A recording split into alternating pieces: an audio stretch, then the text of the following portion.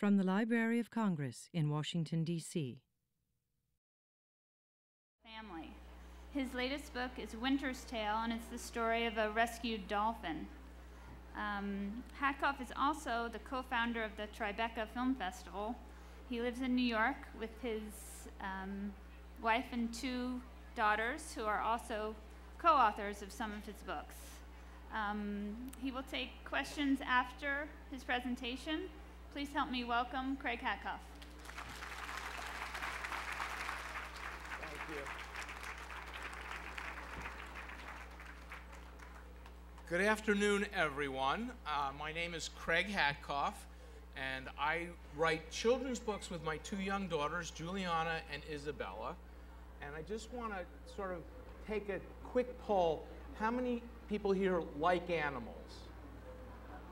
All right. If you don't like animals, you probably should give this seat up, because what we've done is we've now written 5 books about animals, and I've prepared, I think it's an 18-page speech that I'm not going to use because I could just hear my daughter Isabella saying, "Dad, kids don't want to listen to a speech, just tell them about the stories." But what we're going to do today is we're going to have I love show and tell. And we have a lot of kids here. Anybody not like show and tell? Okay, so everybody likes show and tell. And we're going to do a couple of things, talk a little bit about our books, but we're going to use this as an opportunity. We have a brand new book that we are going to launch in approximately 1 minute. We have some friends from the Delaware Valley News TV who are going to come up, and we will unveil our new book called Winter's Tale. And so you're all part of an historic moment. And so could I get a couple volunteers? Oh, come up. All right, come on. Let's have some fun. All right, get ready. Thank you. I asked everybody their names, but Madeline, I remember. Are you Madeline? Okay, so without further ado, can we open? I'm going to let you guys rip off the paper. You just go for it. Okay, so maybe just so people over here will just sort of show you. Okay, does it come off? All right, everybody? There,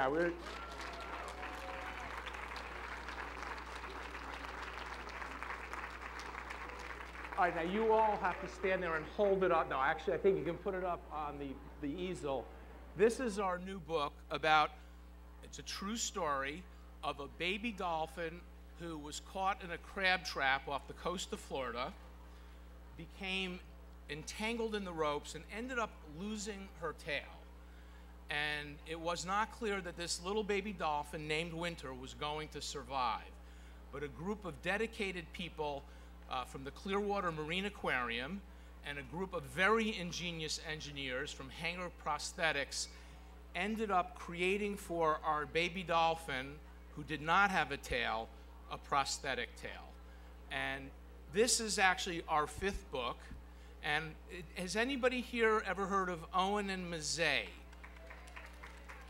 Okay, now I'm going to tell you the first thing people ask me is, how do you actually pronounce Mzee? Some people say Mzee, some people say Mzee, which is what I thought it was, but in Kenya, where this story is based, it's actually pronounced Mzee. But feel free to call Owen Mzee, Owen Mzee, or Owen Mzee. Just read the book, because it really doesn't matter how you pronounce it. So this was a book that I ended up writing with my younger daughter, Isabella, following on from 2 books I had written with my older daughter, not about animals, but about real-life traumas that we were experiencing. The first book was about having her tonsils out, and we wrote a little book called Goodbye Tonsils, which by some miracle for 1 week was number 10 on the bestseller list, and that doesn't matter. 1 week, number 10, made it a bestseller. The next book was a little bit more challenging. Juliana and I did a story about September 11th through the eyes of a child.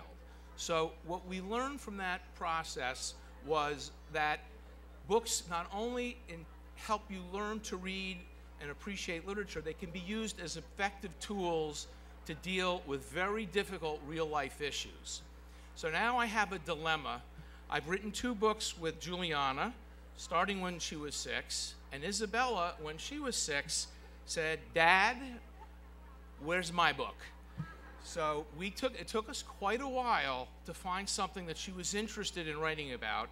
And one day, since looks like almost everybody here has an idea of Owen Mzee, that cover shot of a baby hippo snuggling with a giant 700-pound, 130-year-old tortoise showed up in our newspaper.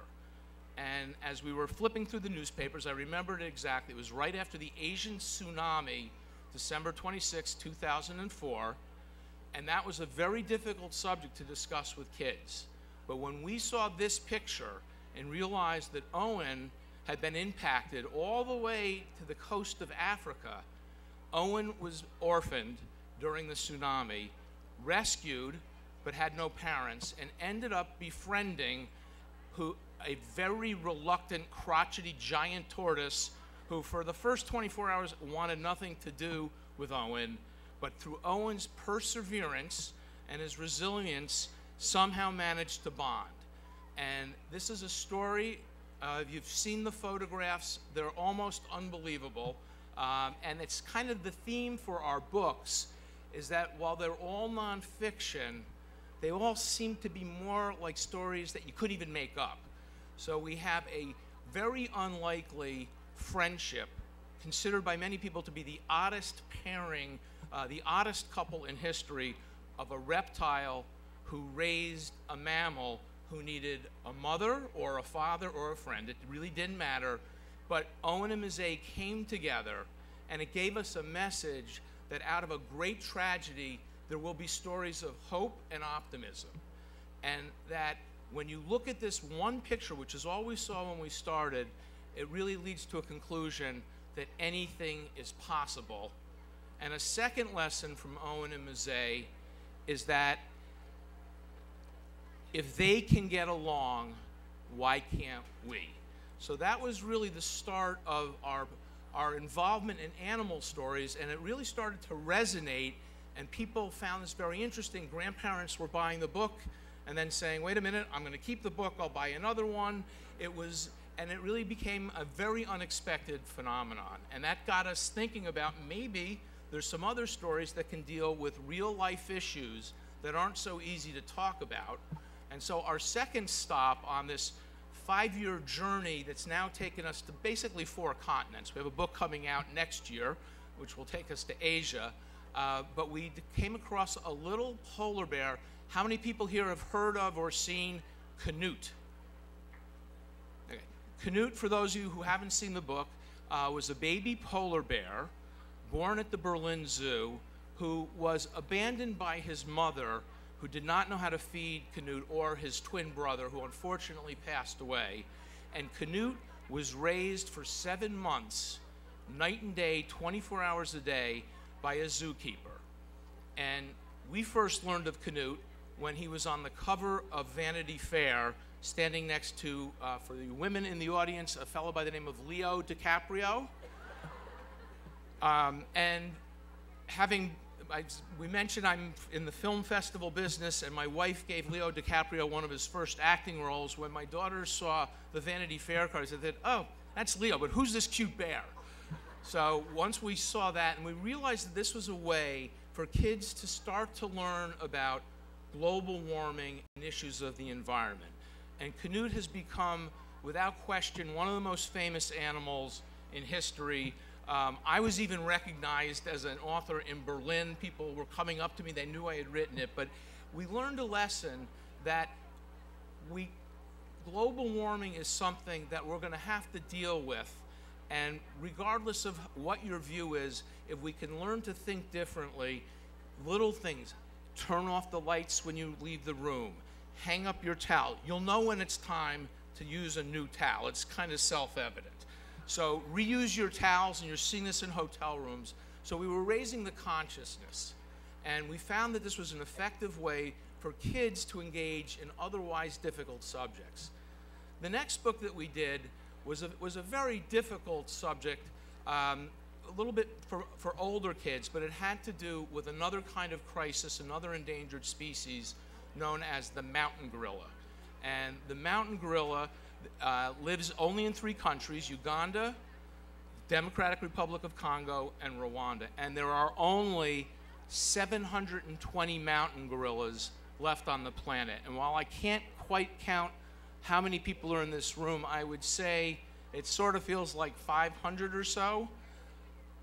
Almost all of the mountain gorillas would fit in this room, and they are in peril and run the real risk of extinction. We found a story about, through the mountain rangers in the Congo, of a baby mountain gorilla whose mother, unfortunately, we think was killed, and she was lost in the jungle for 4 days. And gorillas live together in big troops. And her father, a very fierce silverback who had the largest known troop of gorillas, rescued her, went out searching for her, brought her home, and she is now living with her sister and half-brother. And I have not had a chance to visit Miza, who is in the Congo, but I do hope at some point we will get a chance. There's a lot of violence in Democratic Republic of Congo, but hope to go forward and meet Miza with my daughters at some point. Now, we're going to go right to Winter, and this is kind of a remarkable story.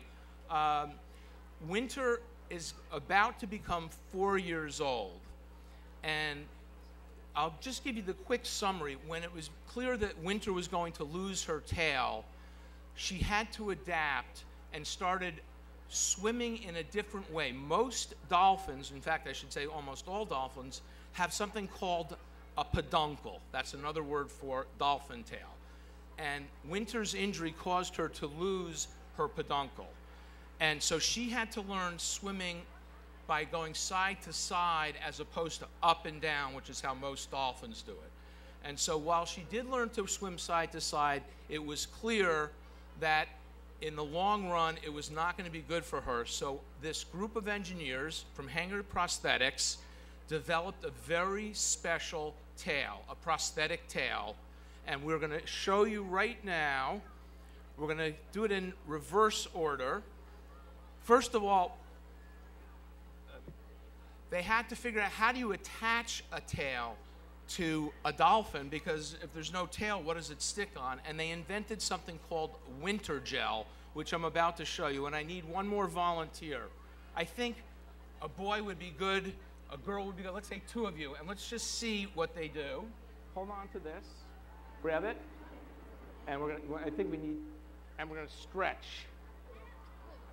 And so this is what I'm gonna call winter sock.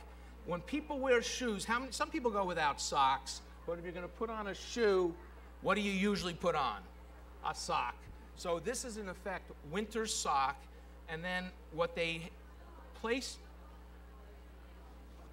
do is, once the sock is on, they place this prosthetic tail. Now, this is not her only tail, so it's not as though she is sitting there saying, "Where is my tail?" And in fact, Winter is programmed, in terms of the development, both technologically and her growth, to have up to 30 tails over the next 5 years. And so this is probably the last tail that she was using. She just has a new one. But I want to show you something which gave me the goosebumps. And this is Winter's first tail. And so we have another, and I still get the goosebumps. And in fact, people say, how do you know what stories to write about? And what we do is we are always looking for stories, either during the story or travels around or other experiences give us the goosebumps. And I'm going to wrap up and then go for Q&A by telling you, 2 weeks ago, I took Isabella, my younger daughter. We all 3 of us now write the books together, and we got to spend the afternoon, including an hour in the water with Winter. And it is perhaps one of the most magical, remarkable experiences I can possibly describe. And why, for me, it was so important is, after Winter and Isabella, who I could barely get them to separate, when she got out of the tank with Winter, she turned around to me and she said, "Daddy, I know what I want to be when I grow up. I want to be a dolphin trainer. And so that kind of experience, while not everybody will necessarily get a chance to go swim with Winter, we like to try and make our experiences as immersive as possible. So when we do our books, we do websites that have lots of video footage, lots of interactive activities, and I'm also going to show, before we go to Q&A, something that's a little bit of an experiment in the field of literacy, but we are also coming out on October 7th. We will launch the book, but we are also going to come out with the interactive storybook version of Winter's Tale on the Nintendo DS, which will be a bit of an experiment. So if we see some of you later, this little device can also be thought of, it's a dual screen. I think all the kids will know what it is. The parents will say, what is it? This is also a very powerful learning device. And so Juliana, Isabella, and I did the voiceover for the reading of the story, and there's all kinds of activities. So it's a little bit of a test. We're going to see how it does, but we like to have our stories have lots of different dimensions. So on October 7th at 1 o'clock, we'll have a national webcast that Scholastic is producing. So feel free to come join our virtual field trip and celebrate Winter's 4th birthday, the launch of the book, the launch of the website, and our little Nintendo DS, the first time a major book has come out on a video game platform. So with that said, I'm going to open it up for questions. And okay. How did Winter lose her tail? Well, Winter lost her tail by getting tangled up in a crab trap. And because she got so tangled up, the blood supply got cut off. And what actually happened is her tail kind of just started to fall off a little bit at a time. And so it was a difficult story, but it's been very empowering to other kids who might need a prosthetic leg. It's been working with the wounded warriors. In fact, Winter's sock, the winter gel, is now being used by the U.S. military to help victims who are particularly people with double prosthetics. It's made a remarkable breakthrough technologically. So we even have some interesting science stories. I was just wondering, could you tell us about your working relationship with your daughters? They're in charge. It's interesting. I'm sort of an accidental author. I didn't plan on becoming a children's author. I was always fascinated by children's books, and it was really through the need to have tools that we sort of fell into this. And so they are really the ones who, if they don't like a story, and use the measure, literally, we see almost every animal story imaginable. And when people say, how do you pick the ones that you want? Well, it really kind of comes down to one word: goosebumps. And so we just sort of know. But it's a process of not only working and researching the book and shaping the story, but these are nonfiction. So this is not Dr. Seuss, it's not Madeline. We're telling a story that we hope can be used in many, many different ways to help kids. But what's most interesting to me are the series of activities. And I'll just share this one thing. I had the opportunity to meet Knut, the polar bear, at the Berlin Zoo when he was 20 pounds. And I went back again 6 weeks later. He was up to 60 pounds. And then when I took him back for I went back for a third time, another 6 weeks later, Knut was up to 100 pounds. And so I watched Knut sort of explode right in front of my eyes. But on the last trip, the girls came with me, and we got to spend a couple of hours playing with Knut, which was another one of those magical experiences. How did they find Winter? Well, Winter was tangled up, and there was someone out just fishing off the coast and sort of saw this commotion, went over and found this baby dolphin almost folded over, completely wrapped up in ropes from the crab trap. And it took quite a while to free her rather. So Winter's a little baby girl, and it was not at all clear that Winter was going to make it, but through the care of the trainers and Winter's own resilience, Winter has gone on to inspire millions of people around the globe. How long did it take you to write the book?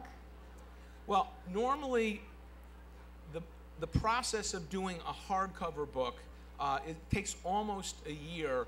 When we did Owen Mzee, we kind of did a do-it-yourself at home, and I'm going to encourage every kid out there. Something really remarkable happened last night. I went to the Library of Congress as part of this whole event, and our books are in the Library of Congress, and there is not anyone out there who in today's world can't write a book. It may not end up becoming a hardcover book, but write your stories. And when we first did Owen Mzee, that one took about 2 months, and we were getting the pictures coming in, but a normal hardcover book that we do with our friends at Scholastic. And I have to thank Scholastic, Ellie, Charisse, Tracy, if you're out there. I don't know if Andrea's here, but Scholastic has really made it possible for us to have a 5-year literary journey across the globe with these famous animals.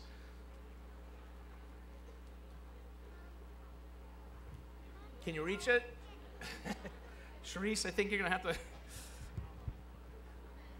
How did Owen get his name? That's a great question.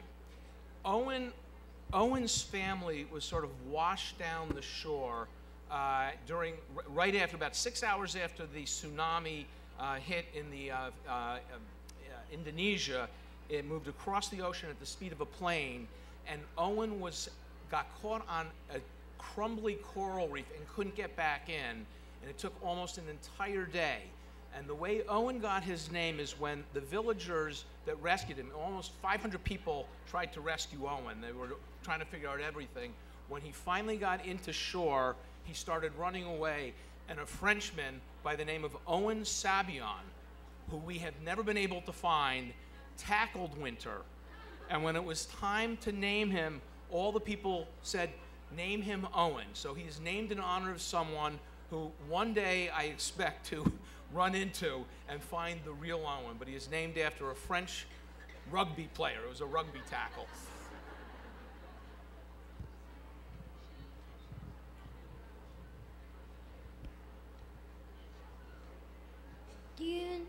Do you know who put in the crab trap? That's a really good question.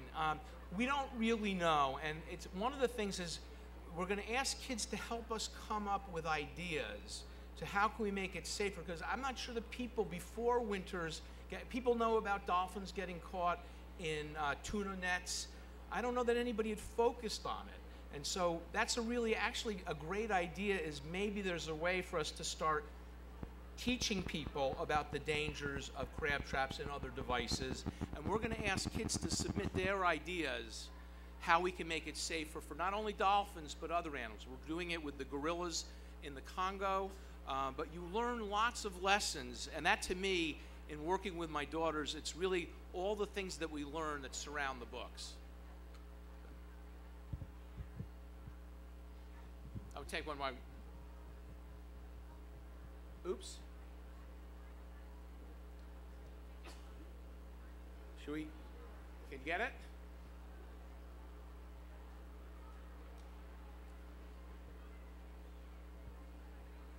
All right. Well, you know, we'll come back to you in a minute. We'll take this question over here. What was the winter gel made of? You know, it's made of I'm not sure I could describe it, but polymers and all kinds of resins. And it's actually being used, and it's one of the things that I expect that it will evolve, but the fact, if you saw how elastic it was, and the fact that it attaches it, it's kind of a breakthrough. So it's a little bit of call it the secret sauce. We haven't got the exact ingredients, but we expect it to be used more and more prevalently. So winter is actually helping lots of other people adapt to their circumstances. Okay, do we get, should we bring that mic over? Are we still good for 5? Okay.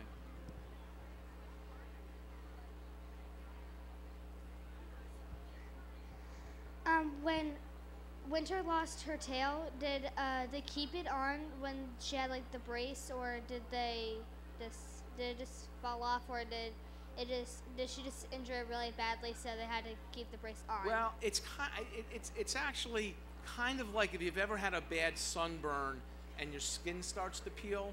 It's sort of like that, but even, you know, a little bit more. And it's interesting. A lot of kids like to know that. For very young kids, it can be a little scary. But a lot of kids ask the question. But basically, her tail just kind of flaked off naturally. So. Okay. Any more questions? I think we have a minute or two if there's any.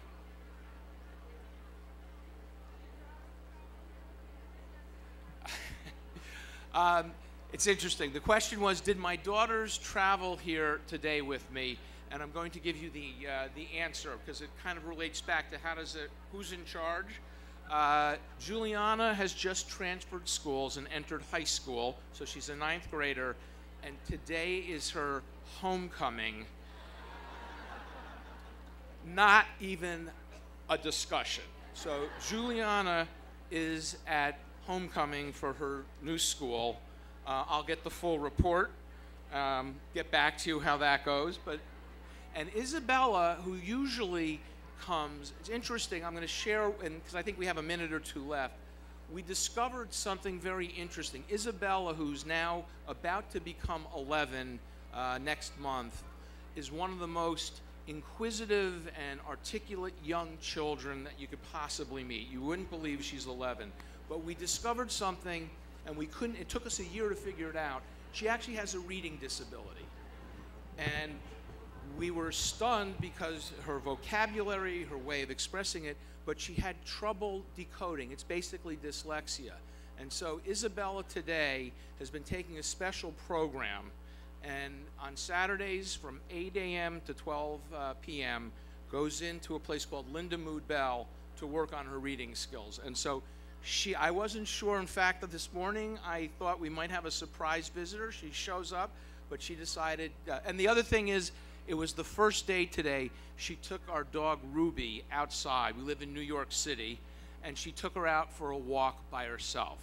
So we were up against some pretty tough competition. But when I say to you, they're in charge, we don't force anything. If they feel like joining in, they come. They were at the Kids Gorilla Summit. I'll find out if they're going to join us, or at least they'll be there. Maybe they'll send a videotape. But it's kind of just, we just do this. It's not, as I say, we all have day jobs. Their day job is to be students. And look, I'm going to close on the following. There is only one job in the world that is more difficult than being a parent, and that is being a kid. And to the extent our books can help parents or kids or teachers do that job of being a kid, then everything that we've done will have been worth it, along with all the great experiences we've had. But that's, I think, unless there's any last-minute questions or comments, I think we'll close on that.